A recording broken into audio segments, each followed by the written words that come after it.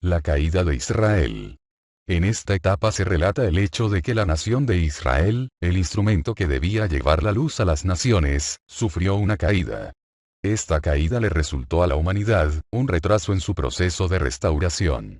Veamos cómo aconteció este evento.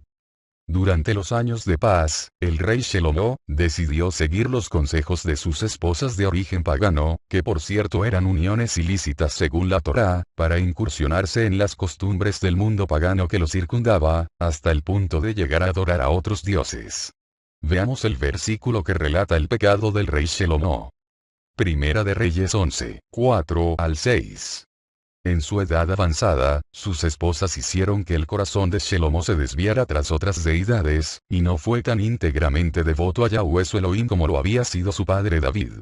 Shelomo siguió a Astoret, o Astarte, la deidad de los sidonios, y a Milcom, o Moloc, ídolo detestable de los amonitas.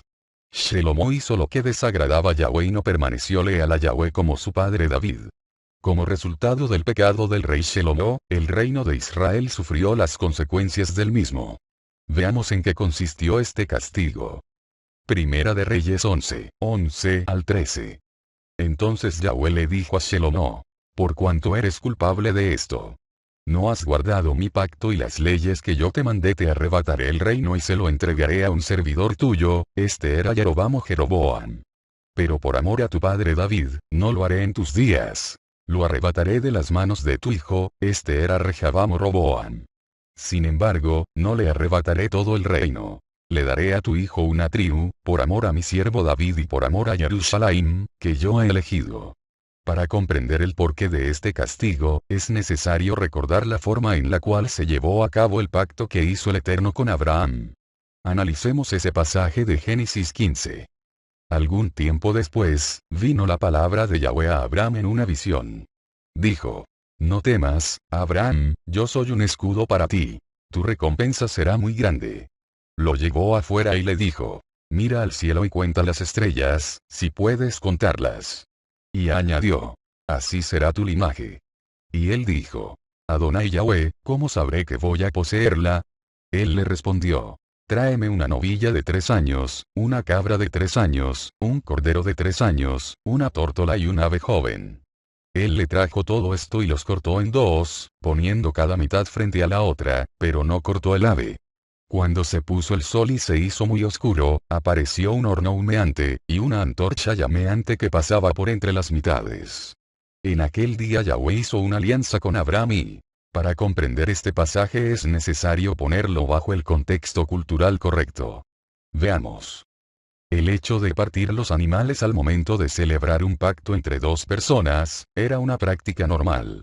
Los animales se partían por la mitad y las partes se colocaban unas frente a otras. Los que hacían el pacto pasaban entre las dos mitades, simbolizando de esta forma que ambos estaban dispuestos a que les sucediera lo mismo que a los animales si incumplían los términos del pacto. Al pasar por entre las dos mitades de los animales, los contratantes pronunciaban el siguiente juramento: que me suceda lo mismo que a estos animales si no cumplo mis promesas y juramento. Por esta razón, vemos que el Eterno declara en Jeremías 34, 18 lo siguiente: haré que los hombres que traspasaron mi alianza y que no han cumplido las palabras del convenio que hicieron en mi presencia, sean como el becerro que cortaron en 2 partes para pasar en medio de las mitades y, ahora que ya comprendemos el significado de esta costumbre, podemos comprender la razón por la cual el reino de Israel fue partido en 2.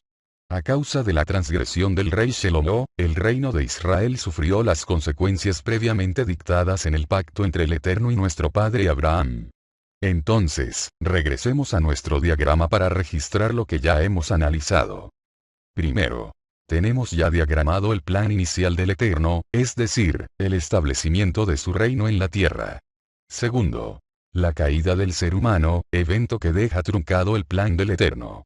Tercero, el establecimiento del reino de Israel, que cumpliría el rol de instrumento restaurador para el resto de la humanidad, reflejando la luz del Eterno mediante la obediencia a la Torá o instrucción divina.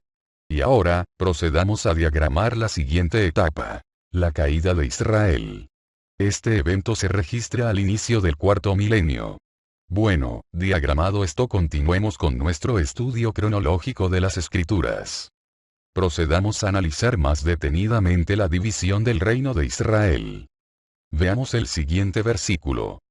Primera de Reyes 11, 31 y 36.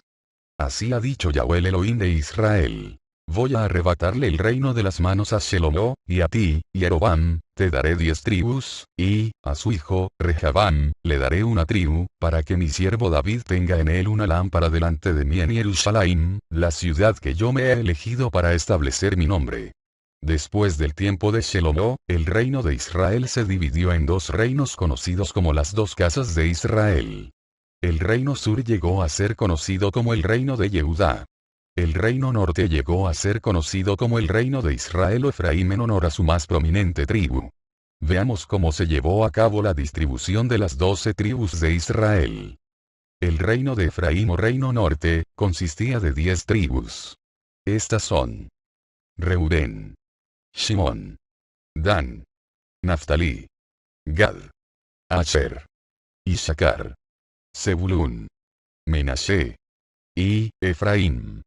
Cabe mencionar, que este reino de Efraín, es también conocido en las Escrituras como el reino de Israel, por lo que ambos nombres son usados como sinónimos indistintamente. Y por otro lado, el reino de Yehudá o reino del sur, consistía de dos tribus. Estas son: Yehudá, Binyamin.